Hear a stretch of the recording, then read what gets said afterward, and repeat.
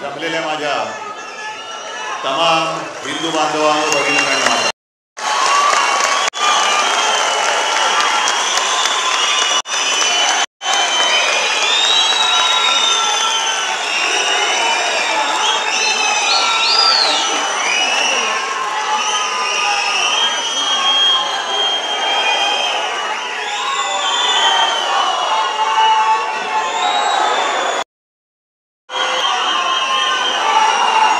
तुमच्याशी काय बोलायचं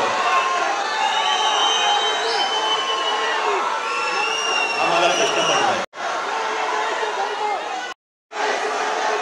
आणि हे जे काही चित्र आहे, हे वातावरण आहे.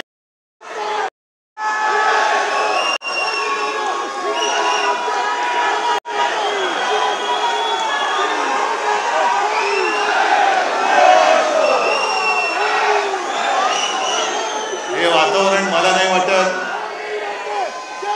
कोणाच्याही नशिबात किंवा भाग्यामध्ये असं प्रेम लिहिलं असेल.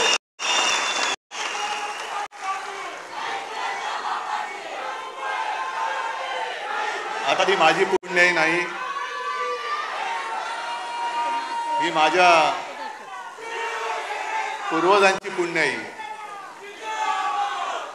आणि तुमच्या सगळ्यांचं आतोनात प्रेम. मला वाटतं मी आता यापुढे भाषण केलं नाही आणि नुसतं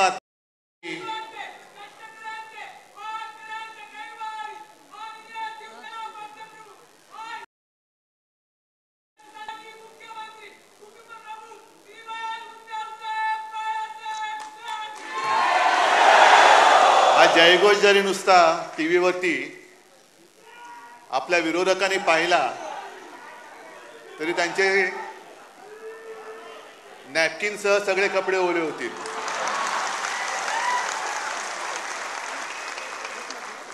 आणि त्यांना एक प्रश्न पडेल की एवढं सगळं केलं, एवढी माणसं फोडली, चिन्ह चोरलं, वडील चोरले, पक्ष फोडला, तरी शिवसेना संपत कशी नाही?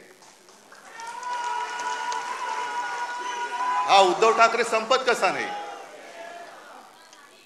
कारण त्यांना कल्पना नाहीये की शिवसेना प्रमुखांनी रक्त आटवून, विचार पेरून एक शिवसेना नावाचं वादळ निर्माण केलेलं आहे. पैसे फेकून जमवलेली माणसं नाही आहेत. विचार अंगामध्ये भिनवून कट्टर हिंदुत्वनिष्ठ महाराष्ट्र धर्म पाळणारे हे शिवसैनिक आहेत.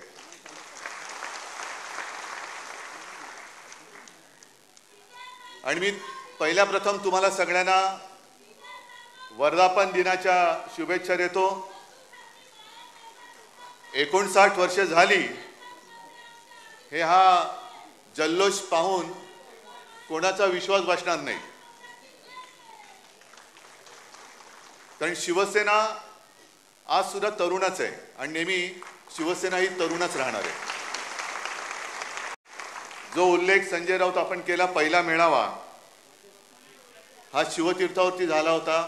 प्रचंड शिवाजी पार्क भरलं होतं.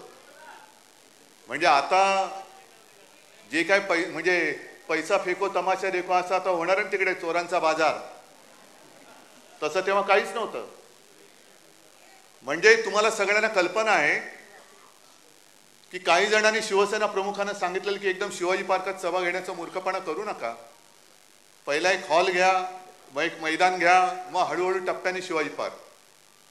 शिवसेना प्रमुख म्हणाले काय व्हायचं ते होईल, एकतरी लोक तरी वेडे नाही तर मी तरी वेडा, दोघंही वेडे ठरले नाहीत. आणि शिवाजी पार्क तुडुंब भरून ओसंडून वाहत होतं. माझे आजोबा व्यासपीठावरती होते, शिवसेना प्रमुख होते.